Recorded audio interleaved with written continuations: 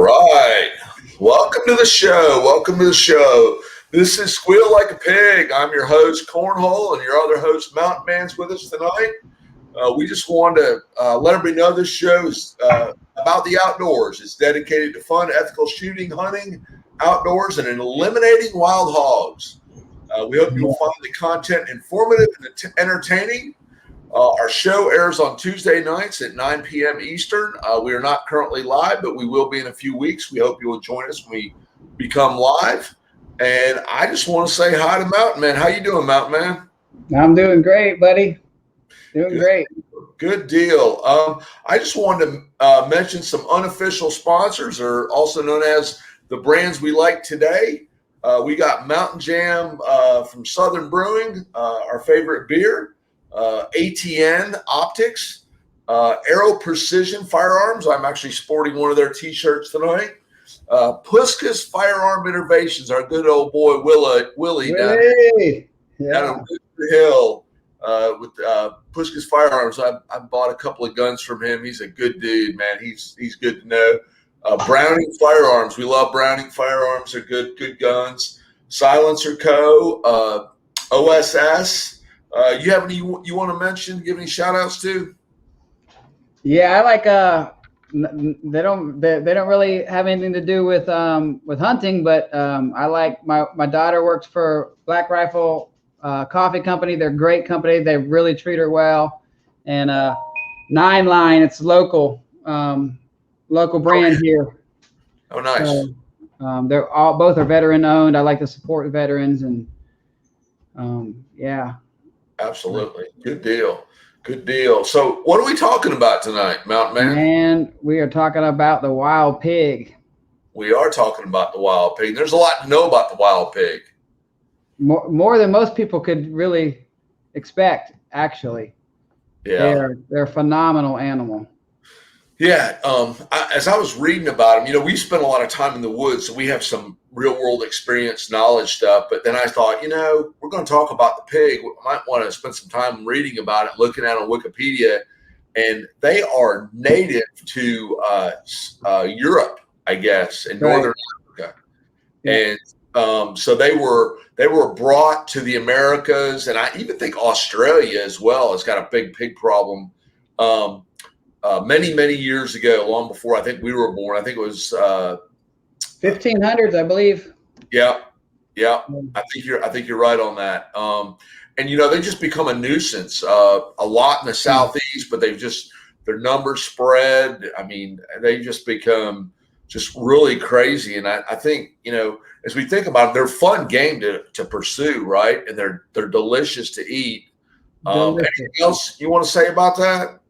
Yeah, I mean, well, my background is biology, and I never was interested when I was young in the actual biology of a pig. I was wanting to go more into the deer hunting, game management side of things. But doing the research, because I've just really gotten interested in them. They are. For one, they've become a big problem because they breed so much, right? But also they're the fourth smartest mammal. Besides, if you count, not counting humans, they're the fourth smartest mammal out there. I didn't know that. I didn't know that either. Yep.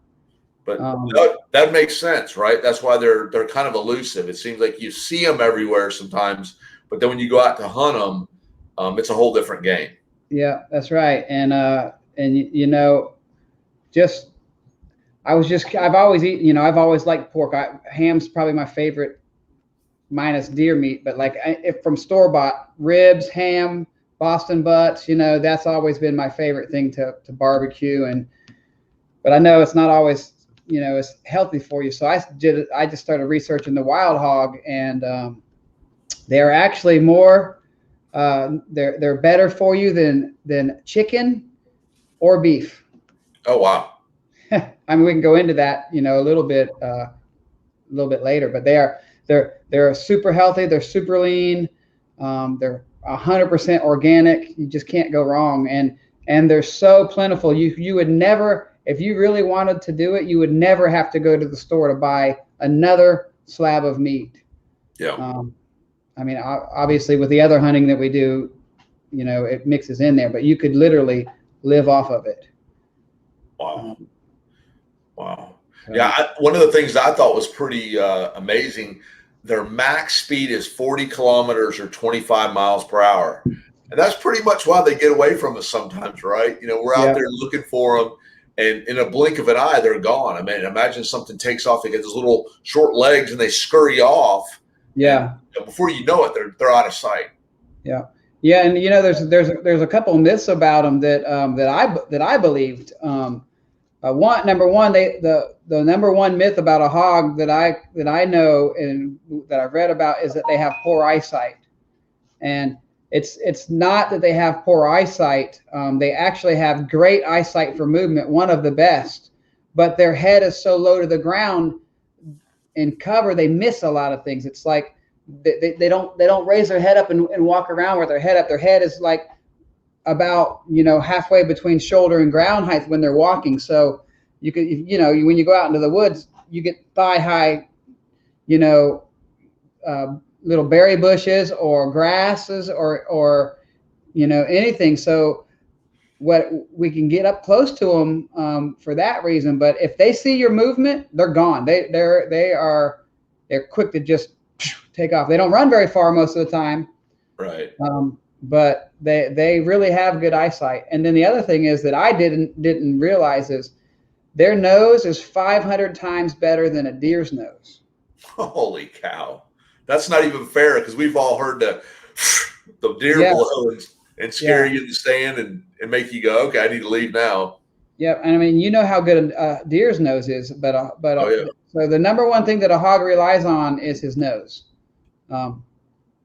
If he smells you, he's not running 30 feet and hiding in the woods. He's gone. He's out of town, or they're gone. If they catch wind of you, they're gone. If not, they may scatter and come back because they're not sure. But if they catch your wind, they know a human smell, and they're gone. I did not realize. I thought there wasn't much besides a bear in the woods that was a better nose than a deer. Right. Yeah, that's pretty crazy. I'm just looking at some of these notes, these interesting facts. It's a boar wild hog is literally 5 to 10% bigger, but 20 to 30% heavier than a sow, female. And I was just reading about this, the breeding stuff. The testicles on a boar will double in size when they're getting ready to breed, and we've seen that. I mean, they swell up like, goodness gracious. Yeah. No mountain oysters for me. Yeah, exactly. I've never had a desire or an urge to even consider throwing those things on the grill. Man, I've just skinned too many of them, you know, and you get in that area and it's like, whew. Think about this. I'm still reading this, but a single male can mate between 5 and 10 sows when they're in heat. Wow. I mean, that's just craziness. And then the sows, it's saying here that they typically have 4 to 6 piglets, but they can have 10 to 12. But I actually think down here in the Southeast, they may have more than that. Well, I believe that like the high end of record is 30. Okay. A female has had 30 piglets, but the average is, you know, 6 to 6. So I grew up in Florida, and now I hunt, you know, almost exclusively in Georgia, and I've shot sows with babies in them, and I've seen lots of sows with piglets, and I've never seen a sow here with less than 6. Yeah. The old sounder, right? The group of pigs, the sounder. Yeah. So and I'm reading this. I mean, it's mind blowing to me. But the piglets can start adult feeding behavior within 2 to 3 weeks. So eating regular stuff, grubs, whatever they find on the ground, the corn that we throw out for them, the bait holes we make for them. I mean, they can start eating in 2 to 3 weeks. That's pretty crazy. Yeah. Yeah, I mean, they're the, as far as mammals go, they're probably the most. I mean, they're not the most necessarily the most prolific, but they survive like no other mammal because they can eat anything, and they do eat anything. The old wives' tale about a billy goat eating anything. They're actually finicky compared to a hog. A hog is an omnivore. They will eat. I've seen, and heard stories. My cross country coach in high school was sitting in a tree stand, and he saw a diamondback rattlesnake about 4.5 feet long crawl under his stand, and the hog came up and ate it. He gobbled it up, and that thing was striking him, and he just ate it. And apparently, the venom doesn't affect the pig.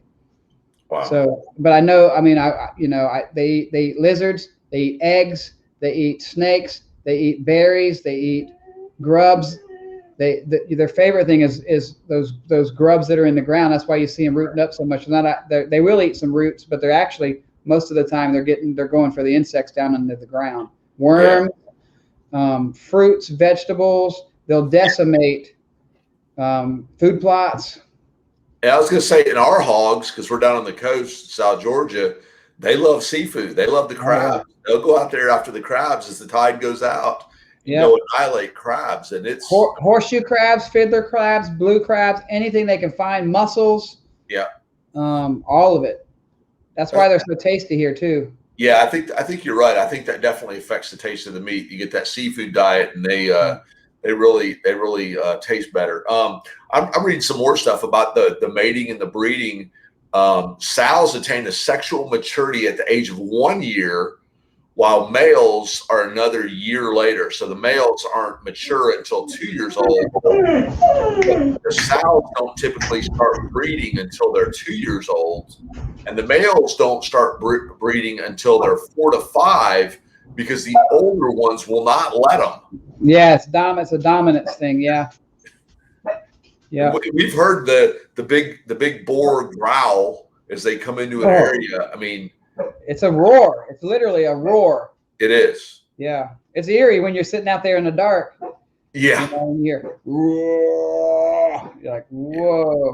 Yeah. Yeah. And then I didn't even know this, but they will live 10 to 14 years old. In the wild, yeah. Long time. Wow. Yep. Yeah, they'll live in captivity. They live over 20 years. In the wild, they live 10 to 14 years. That's long for an animal to live in the wild with all all of the negative impacts going towards them with predators and disease and nutrition, all of that. And yep. they're amazing, man. And the gestation period is 112 to 115 days, so they can have up to three batches of pigs a year. Yeah. Average is 2, but they can have up to 4 depending on the timing of when it lands. Right. You can imagine that coming from let's say they have an average of 6. Even if they had an average of 6, that's 18 pigs, and that's low here. I know that's a low number here. Yeah. I would say they would have more of an average of 6 to 10 here, but 3 times a year, that's a lot of pigs. And then in another year when the other ones become mature, that's another 30, then another 60. It's exponential. That's why there's such a problem trying to manage them. Yep. Yeah, I'm reading some more about the food. They'll also eat leaves, bark, twigs, shoots, and garbage. Yeah. Oh, yeah. Yeah. I thought that was pretty crazy. And then 110-pound boar eats or needs around 4,000 to 4,500 calories a day. So, like, if you're a farmer and you got crops and you got a pig problem, they're eating 4,000 to 4,500 calories for a 110-pound boar. And you and I both know, we've seen, that's kind of a commonplace size that we see out there. We see the little one, but when we see some of the bigger ones, they're usually in that 100 to 140-pound range. And then we get them even bigger than that. We get them in the 200s, and we've got one. I swear he's probably close to 500. Yeah, the hippopotamus looking dude. Yeah. Yeah. We'll have a show on naming the pigs. That's a lot of fun. Let's see. What else is there? I mean, we don't want to get too deep into some of the other things, but like from a physical nature of the animal, like one of the things that I was just amazed at is the armor that's on their body. So like when we hunt them, like you really have to make a really good shot to to harvest that animal successfully without having to go into a swamp or because him or her is going to go into a thicket if you hit them. Yeah. So if you don't get a vital, it's so important that I'm a big believer in a headshot. You know this. You'll hear me say it a million times. Yeah. If you're going to shoot a pig, shoot it in the head. You'll kill it. If you don't, you missed it and it's gone and it's all fine. Maybe you get another shot at it. But I'm just a big believer in a headshot. And I know you and your son, you guys, do the more traditional body shots. You make you go for the hard shot. And of course, your son also made a really nice shot in the ear hole a couple weeks ago. With just moonlight. Yeah. I mean, it was full moon. We didn't even turn on the green light. Yeah. He just popped it. That's we do. But we also use a heavy grain bullet. So we're hunting 180 grain bullets. So that vital area, spinal, heart, lung area that you come straight up above that shoulder. And you get an expanding heavy grain bullet nothing like your bad boy, but right. But we don't hunt low caliber or low grainage like the 223s and stuff like that. You really need to do a headshot because if you're not expanding and you're not getting vitals, you shoot a pig in the heart, he's not going to run 50 yards. You shoot him in the head, he ain't going nowhere. Right. As the video that's up on our page right now will show. Funny, man. That video. That's the Leaning Tower of Piglet. He falls over. Yeah. So I'm reading about their predators, and this is what I think that most people don't really understand. We all just assume that all animals have a predator. But in America, the hog really doesn't have a lot of predators. The gators will eat them occasionally, and if the pigs are small, bobcats or coyotes might get a hold of them.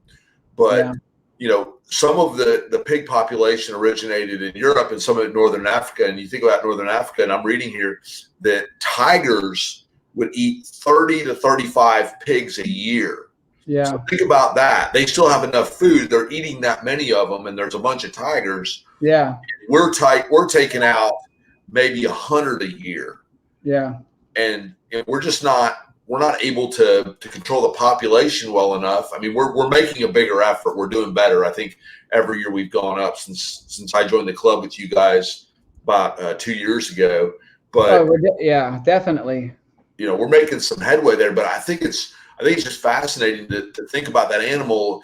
As resilient as they are. I mean, like it's also even talking about here that that they'll eat little deer. You get a big boar. It'll eat a fawn it'll catch a fawn and eat it. That's true. Yeah. I mean, so it's pretty crazy. We don't want to eliminate the wild hog or the wild boar because it's eating the deer. We want to eliminate it because it's a pest. It's not supposed to be here. It's good to eat. Obviously, we can do that. But they're a lot of fun to hunt. They're a lot of fun to pursue. And I think for sure. We have a unique situation now in the South Georgia being on the coast. I think the range that they have to go through really offers them a lot of diversity with cover. They're not really, I think when we get them out in the woods, they're a little bit afraid of man, but we see them come all the way up into subdivisions. Yeah. Yeah, they do. We can tell the story later. I killed one behind a Walmart in a city behind a Walmart with my bow. Really? Yep. He was harassing a veteran that was living back there in a tent. Oh wow! And literally ransacked his food tent. And when I got there, he had pinned him in his own tent, and he was trying to get the food that he had in his. He'd just gone grocery shopping, and he had him pinned up in his tent, growling at him. And That it is was in the great. middle of the city. It was just a wooded lot of about 25, 30 acres. Right. And yeah, I took them out with my bow. That's But crazy. they'll live anywhere, man. They're crazy. It's Right. crazy. Right.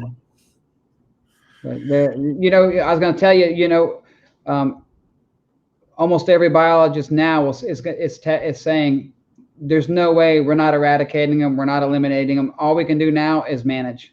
All we can do is manage their numbers. They are an invasive species, even though they've been here for 300, 400 years. They're not native. Right.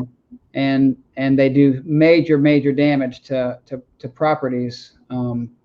But at this point, all you can do is come up with good management practices. You're not gonna. It's just impossible. I mean, they've got in Texas. They have in some of those big ag areas. They've done all kinds of things to try to completely eliminate them, and they're just resilient. So, but Yeah. they're a worthy foe if you're out there hunting them, man. Oh yeah. It's not, you don't just walk out there and just pick them off. With night hunting is a whole different story.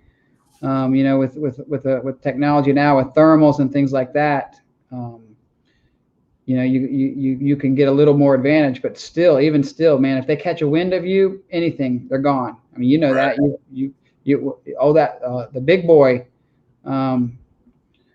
What is his name? The one that was on 22.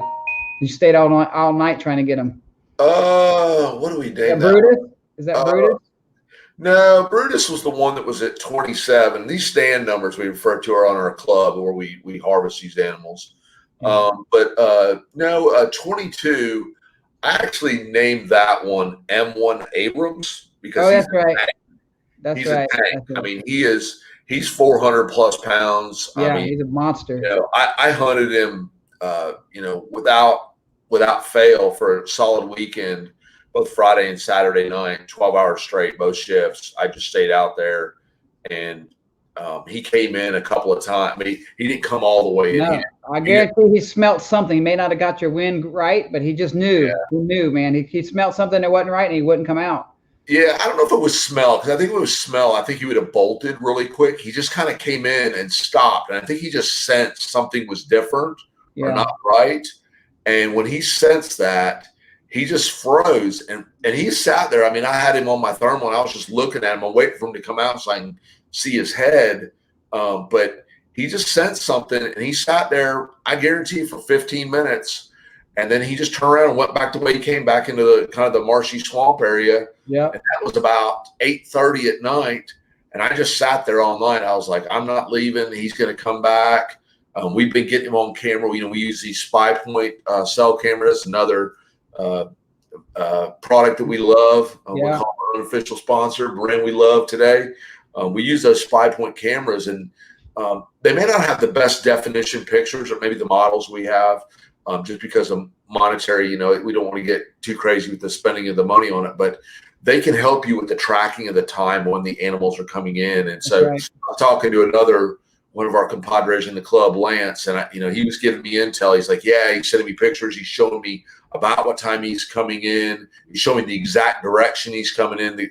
That boar was coming in from the same place, same side every time into that feeder. And so, just patterning them like that is a big deal, and just having that intel. But I knew that he was going to come back because on the camera, he would come in like kind of early in the evening, hit the feeder where we drop some corn, and then I think his feeder went off again like really early in the morning, like 4 or 5 in the morning, and then he would come back right before daybreak, and sometimes he would stay even into the daylight. Yeah. And so he basically did it to me twice, both nights, where he came in and he wasn't sure, something wasn't right, and I knew I had a good wind, so that's why I don't think he smelt me. So that stand, you want a south or a southwest wind, and I had that both nights. This was a month or so ago. It was when we were starting to see some temperatures warm up, so we're getting them southerly breezes coming in, and both. Yeah, I was referring more to sometimes like if we go down there and we pour corn or we do something, there's the residual. Their nose is so good, they have a residual of something that's off. Yeah.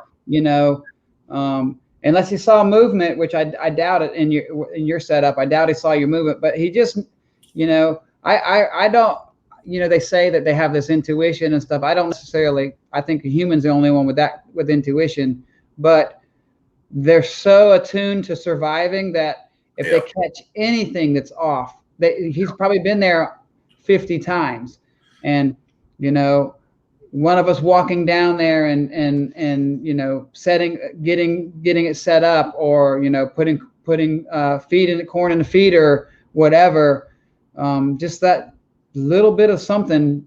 That's the way I approach it. I think that when they do that, there's just something that they're just like, something's off. Yeah, I agree with you. I mean, like I said, I had great wind. I'd brushed in a blind a few days before that, and maybe he saw that and just it threw him off. Yeah. But like you said, they're super smart, like the fourth smartest animal. And for that boar to get that big, he's a 400-pounder. I mean, I don't know, 7 years old probably. Yeah, I mean, he's obviously seen a lot.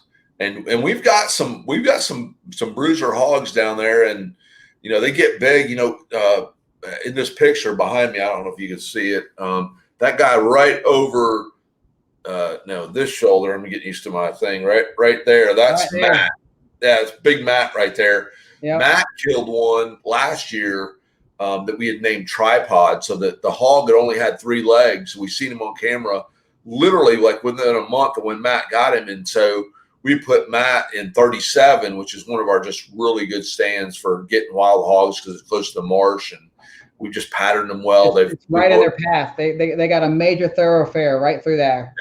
Yeah, and we've kept them trained in there with food too. That place has been baited and ready for them pretty much consistently. I put the bait holes in, and we've got the feeders, and so they've got a regular pattern to come through there. Like you said, they've made it a part of their interstate system down there. They just know that something falls out of the air there and tastes good. Yeah.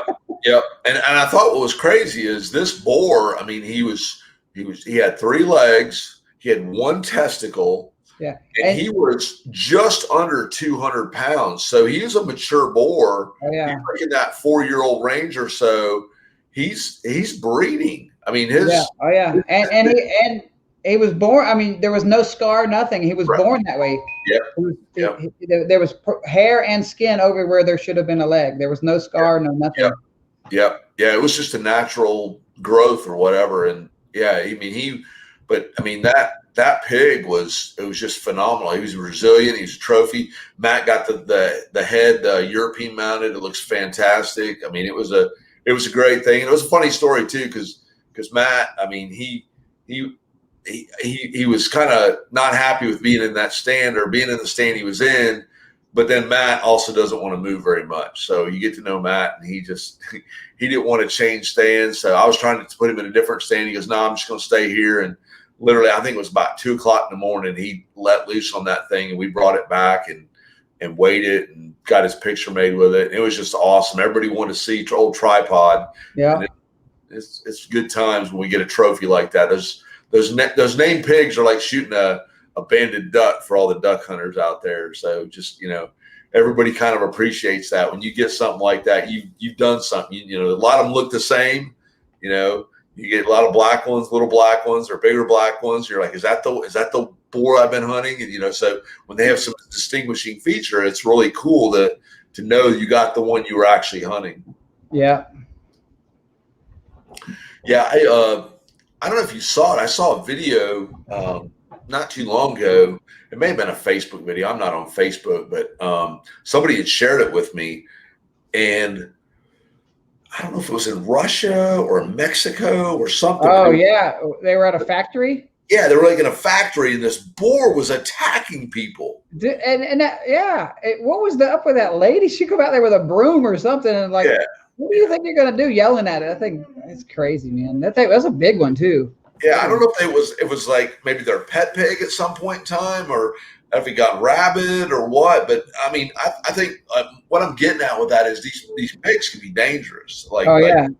I think you sent me that one video where the hogs had that boar tied up and it got loose, or they shot it and they didn't get a kill shot on it, and it got loose and it hit that man and shredded him. Yeah. He lived, but he was shredded up, man. Yeah. A few rapes like that, and you're you know. Yeah. Yeah, we try to be extra careful out there. You and I and everybody we take out there, we tell them, bring your primary weapon, your long gun, your rifle, shotgun, slugs, whatever you're shooting, but then also carry a sidearm with like at least a 9 in it, maybe something bigger, a 40 cal, 45, something like that. But always have that secondary weapon because, down where we're at, I mean, even already this time of year, we're seeing snakes, rattlesnakes. Gators are in breeding right now. We've got gators all over the place. So there's a lot of stuff out there in our neck of the woods that can hurt you too. Yeah.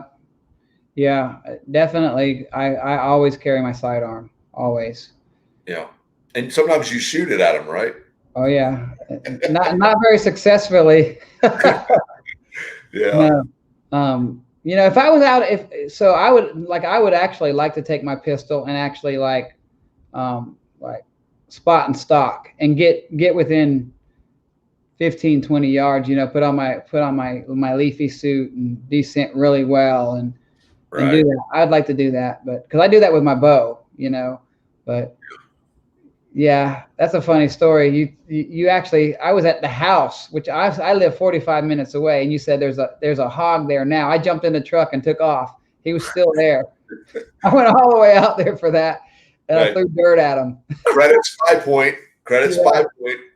Yeah, I got up there. He was about 45, 50 yards, and I was like, he's gonna spook. So I took a shot. It wasn't even a shot. I just threw something at him, and it bounced in front of him. Threw dirt at him. Yeah. I just educated him. That's all. Oh yeah. Well, that's good. That happens. It's part of it. Yeah. What's your preferred weapon for taking the wild pig, the hogs? Well, it was my 30-06, but man, I love that 350 Legend. Yeah. My son's gun, I bought it for him for his birthday last year, and it's a nice round, man. It's low recoil, heavy knockdown, 180, 150 grain. It's a light gun. I bought him the Savage Axis, but I was gonna buy him a 223, and I was talking to a guy, and he said, "Man, you should really look into that 350 Legend." And because he had a bad experience with a little Rossi 20 gauge, it's that junior. It's like no weight to it at all, and I had him shoot that thing. It come out of his hand, so the recoil was really affecting his hunting. He like I took him several times out into the woods with that gun, and he would not pull the trigger. He was too scared. So I was going to get him a 223. I ended up with that 350 Legend, man. That is a sweet little gun. Yeah. The thing I didn't like about it was that it comes, which, I'm not a big fan of that, but it comes with a 7.5 pound pull trigger. Whoa. Yeah. I'm not sure what the reasoning for that is. And I did a little research, and they said you have to buy a new trigger. So I talked to our buddy Willie. Yep. And he said, "No, let me have it." And he just changed the springs out, man. He did a little messing around, and he got it down to 2.5 pound pull. Sweet. Oh, that's a nice touch. It's a light little gun. Boom. Yeah. Yeah. And man, you want to talk about his accuracy? He was already accurate. He's calm, cool with his nerves, man. He was accurate with that 7.5 pounds, but he was grouping probably like that. Right. And now he's grouping like this, man. And he hasn't missed with it yet since he's fired at an animal. He missed with your gun a couple times, but that's because there was like 15 of them running back and forth. And he's just trying to. Yeah. Gabe's gonna have to work on some video game shooting, because that's what it is when you get the thermal in your hands. Oh yeah. Yeah. Yeah. Cool, man. Yeah. I'm big into the ARs, but then with the ammo shortage and everything, all I kept seeing at all the academies over where I'm at is this 350 Bushmaster and Hornady Subsonic. And Yeah. I was like, I looked at it and I was like, that's like a 350 Legend, but bigger. And I'm like, I'm going to get this. I'm going to buy as much of this ammo as I can, and I'll either resell it or I'll buy a gun to use with it. Yeah. And then of course, Willie, you know him, he had a gun. And I said, let me take a look at that thing. And so I took a look at it, and I had just sold one of my other guns to my friend Jesse. I sold him one of my 6.5 Creedmoors. I had a bolt action 6.5 Creedmoor, which he had ended up killing his first deer with. So I was like, yeah, you can buy this thing from me. So I sold it to him with some ammo. So he was all good. So he got that. And then Willie showed me that gun. I was like, all right, I got the ammo for this. He goes, what? You got ammo for this? I said, yeah. I said, that's all they had at all the academies up here in North Georgia. So I've just been buying it. I would go in and buy 2 boxes a day and go between like 3 different academies in Beaufort, Cumming, and Gainesville. And I just was bouncing around to all of them. And I bought every bit of the 450 Bushmaster ammo that they had. And then I got that gun from him. And then, of course, that is awesome, man. Gun. Oh, that gun is ridiculous. I mean, and then of course he, he's got the gun shop, and so he's like, dude, you need to buy a hybrid 46 for it. I said, well, it's a hybrid 46. He says, it's a silencer. He says, I can put you an ASR mount on it, and you can silence that thing. And he goes, and you're using subsonic ammo, so it's going to be quiet as can be. And I'm like, okay. So I agree to the ASR mount on it, and so he's letting me use the demo, the hybrid 46. Man, you heard that thing. It's like it's quieter than a 22.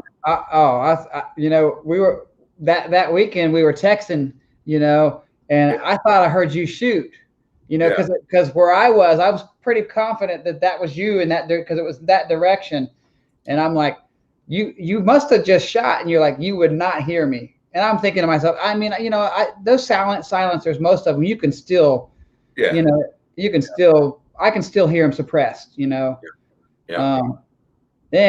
that next morning, you shot that sucker at a target at the pond, and I was like, it sounded like an air rifle.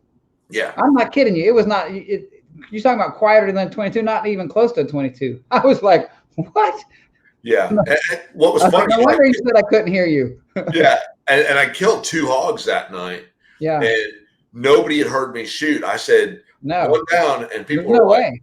they're like, you shot? I'm like, yeah, I shot 1. Well, what was really cool is the pigs scattered. There was a bunch of them. And this 450 Bushmaster gun I have, I know I can get an AR upper lower setup for it, but this one specifically is a bolt action. So when I went to change it, I made more noise jacking the round out, putting a new round in.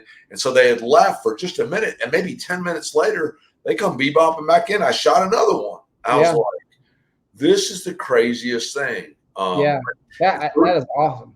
395 grains, and I'm popping them in the head and, opening up their brain matter for the world to see. And it's just a phenomenal round. It's a gun that I love to shoot. That suppressor on it is just makes it worthwhile. And I think that's another thing, as people get into hunting the wild hog, I tell everybody, the only way to go is thermal, especially if you got like land like we got with a lot of trees and woods and stuff where you want to get multiple shots. But as soon as they run into the woods, if you don't have thermal, you're not really going to be able to see them. A green light is going to kind of give you some light. It's probably better than night vision, because night vision is going to reflect back at you essentially with the IR illuminator.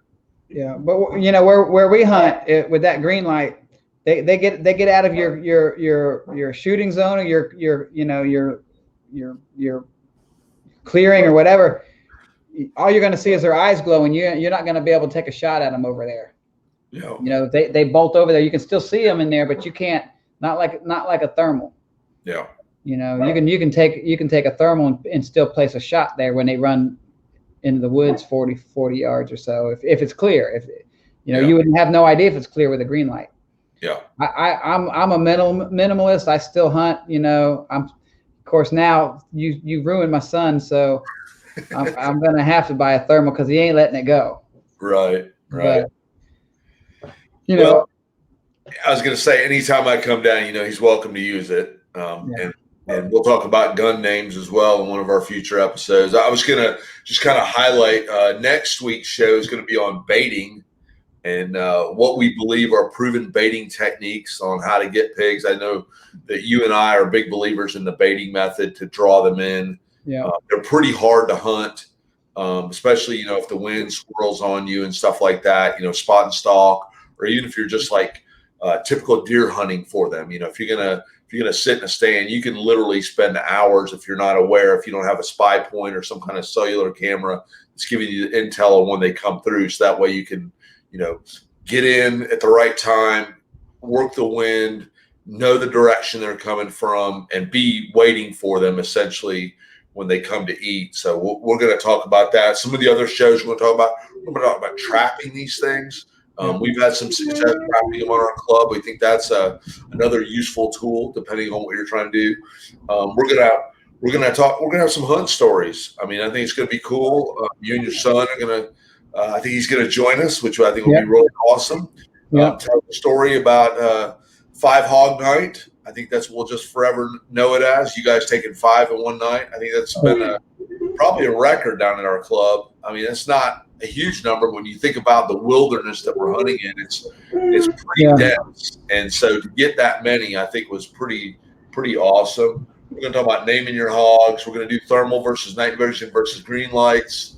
We're going to have some Squeal Team 6 guys join us. That's the version that I think they dubbed me the commander of Squeal Team 6 as KornHole. And that KornHole name, I'll just share this and I'll have them tell about your name. But my name came from the Squeal Team 6 guys. There's a couple of them in the background there. There's Rick right off my left shoulder, other way over there. There's Rick. I'm actually right over there. That's me. I actually had a beard in that picture. I think we got Doug there and then Luke in the background. I think Doug's right behind you. Yeah. Yeah. Brad and Jesse aren't in there. And then, of course, Willie and you. I'm the guy standing up there in Big Nasty. Oh, yeah. That's right. Yeah. But yeah, man, I mean, Squeal Team 6 gave me the name KornHole because I started, and I actually got this idea either from Jordan or Justin in the club. They were digging a hole and putting some corn in the ground. Yeah, I'm a process improvement kind of guy, so I work in cybersecurity, which is kind of odd. Everybody that I tell I'm in cybersecurity that I hunt, they think that's kind of odd. So it's kind of a funny thing, but they were baiting and they were drawing these pigs in with corn with just like a regular hole. Yeah. And so I took it to the level of, and I don't want to give away too much of it tonight because baiting is the next show, but I just started really improvising on these bait holes. And so because we're using corn, they started calling me KornHole. Yeah. They had some other names, but I'm not going to say them. Yeah. They weren't as nice. But yeah, man, we're gonna have some guests in future shows. We're gonna hopefully get Willie on here. I know in a couple of weeks, we've got the guys from the God and Guns podcast coming down. We're taking them on a hunt. Yeah, Doug and Troy. We're super excited about that. I think it's going to be Troy's first wild hog hunt. Of course, Doug is a veteran at it. He's the one that taught me how to do it 25, 30 years ago. And that'll be a lot of fun. And of course, you and your son will be out there, and we'll have Willie out there, and maybe a couple other guys from the club will join us. But I think we'll have a big successful hunt. That's the weekend of the 23rd to the 25th. 2 weeks. 2 weeks. And so probably sometime after that, we'll probably the next week's show. We'll probably have Doug and Troy on for a live show with the four of us. Their experience, yeah, just talking about the hunt and sharing the stories and hopefully there'll be some good funny stories that come out of there. Usually is. I mean, it wasn't a few weeks. Well, it's more of a few weeks. It's a couple months ago. I had some guys that I work with in the industry come down, and I thought it would be funny to take the hog's testicles and put it in the guy's cooler alongside the back straps and stuff. Well, I guess he went to check his meat one last time. He saw it. and then he put it in my wheat thins box and put my wheat thins box in my truck. Fortunately for me, this hog's testicles were really large and heavy. So when I picked up my wheat thins box, I knew better to even open it. So he called me later that day after he thought I got home, and I just kind of played dumb about it. But Fish, he had some fun with it. I had some fun with it. But that's the kind of stuff we do, right? We try to have a good time while we're out there. And there's nothing wrong with testicling somebody if you get the chance. We used to. I know back in the day, we used to take them and put them in our hunt buddy's mailbox. Whenever you get a buck, we put the testicles in their mailbox, and they'd go out and check their mail. And that was always a funny story. Then they usually pick up the phone and call you. What'd you get? You wait for that phone call. It's a smirk on your face. It's good stuff. But yeah, man, I think it's gonna be great. Like I said, we're gonna go live in a couple weeks. Probably go live the week we have Doug and Troy on. And the way I look at it, we're gonna do a couple more of these, pre-record them. And then we're set up to broadcast on YouTube. Squeal Like a Pig graphics and stuff. I've got our graphics girl working on that. She told me in about 2 weeks she'll have it. So we're going to have T-shirts, hats, patches, patches, stickers, and just we'll have whatever other swag we can come up with. But we'll have the Squeal Like a Pig or slap or whatever. We'll come up with something. I know to be creative. I gave her a bunch of ideas, and she's excited about it. She's a great creative mind, so I know we'll get some good graphics out of it, and we'll start branding this stuff and having some more fun with it, and just sharing our passion about the outdoors. Nice. Yep. I was gonna say we started in our club. We started the whole hog hunting just to manage just for our deer management. Yep. Because they compete. Everything that a deer eats, a hog eats. So they're competitors. They're not symbiotic at all. There's no symbiosis with them at all. Yeah. Meaning that there's no partnership at all. That they don't benefit from each other. Yeah. Rarely. Rarely do you see them together. Like I've only gotten them on camera once, and it was in one of our larger fields on 36. Yeah. Where there's a pig and a deer in the same frame. Like I rarely see them together. Yeah. And so that's kind of where we started with, like, okay, we need to eliminate hogs. But man, I've really grown to, like, I love it. It is fun to hunt hogs, and they are so good, man. Yeah, they are. Hey, tell us about your name. So yeah, my name is Mountain Man, and you pretty much gave me the name. I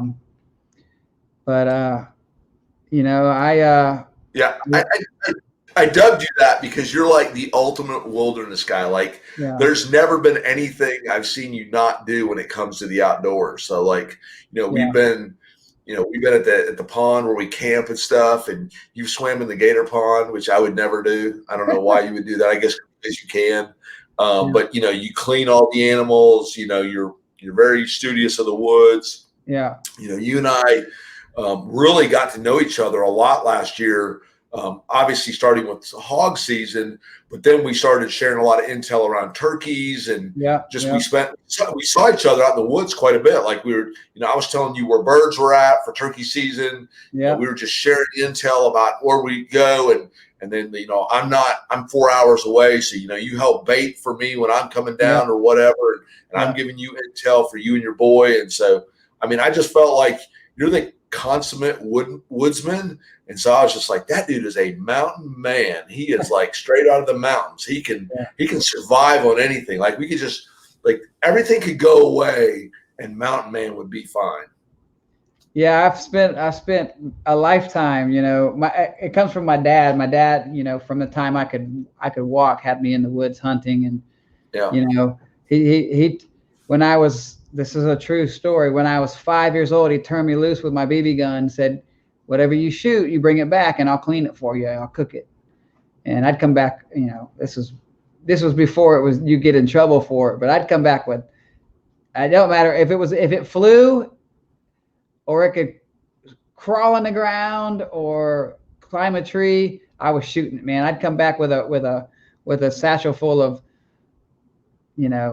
birds that sing, songbirds, squirrels, anything, man. And he would skin it up, and he would, You're breaking the law. yeah, yeah. I guess a 5-year-old could break the law, but Yeah. and he would teach me, and he would show me, man. He would plug. I'd have like 6 or 7 sparrows, and he'd take flour and salt and pepper, and he'd batter them up, and he would fry them, and we would eat them. And it started there, and then it just went to me and my brother, man. When he could drive, we were during hunting season, after school, on the weekends, we would find a patch of land that wasn't posted. If it didn't have a fence and it wasn't posted in Florida back then, you could hunt it, until they ran you off. It wasn't illegal. Right. A landowner could come and say, hey, you can't hunt here, then you'd have to leave. But so we would just, I got stories for days about some of that stuff. That's why I don't get stuck in my truck no more, because I got stuck so many times when I was young that I know how to not get stuck now. But yeah, no, I love the woods, man. I've spent my life there. Yeah. And yeah, so.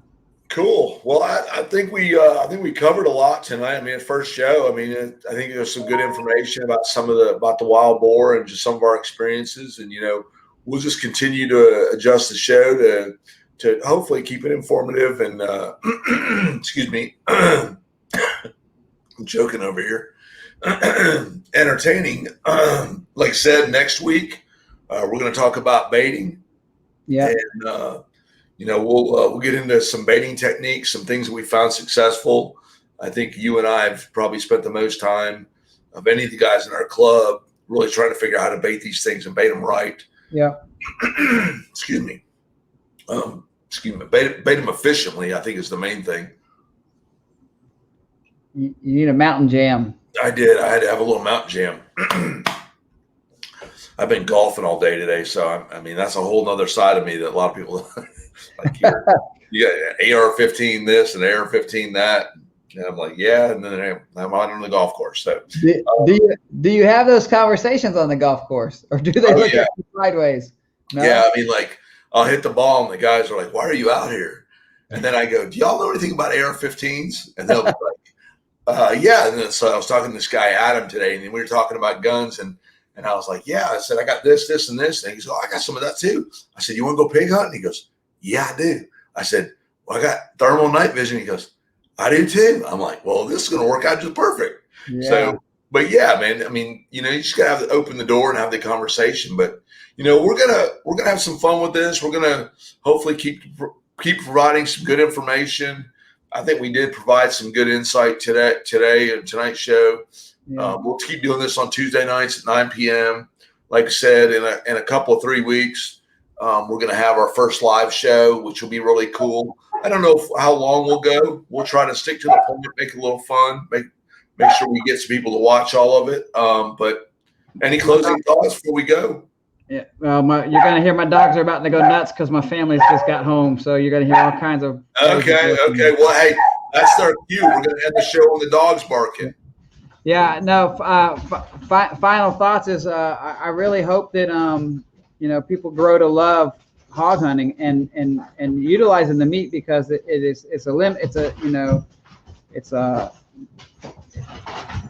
we'll talk about nutrition, because I was really surprised at the different things. It's a complete meat. It's got creatine, taurine. I mean, it's got all kinds of stuff in it that's amino acids. But anyways.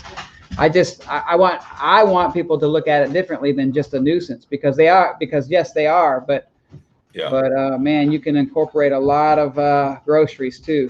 Yeah. So that sounds good. That's a good closing thought right there. There's some value to this pest that we have to deal with. Yeah. And we should, and we'll get into cleaning the animal. We might even get you to do a video on some technique on that. I think that'd be really good. And Mountain Man, next week, man, we'll see you same time, same channel. Yes, sir. Appreciate you being here. All right, man. Bless you guys. All right, man. We'll see you. All right.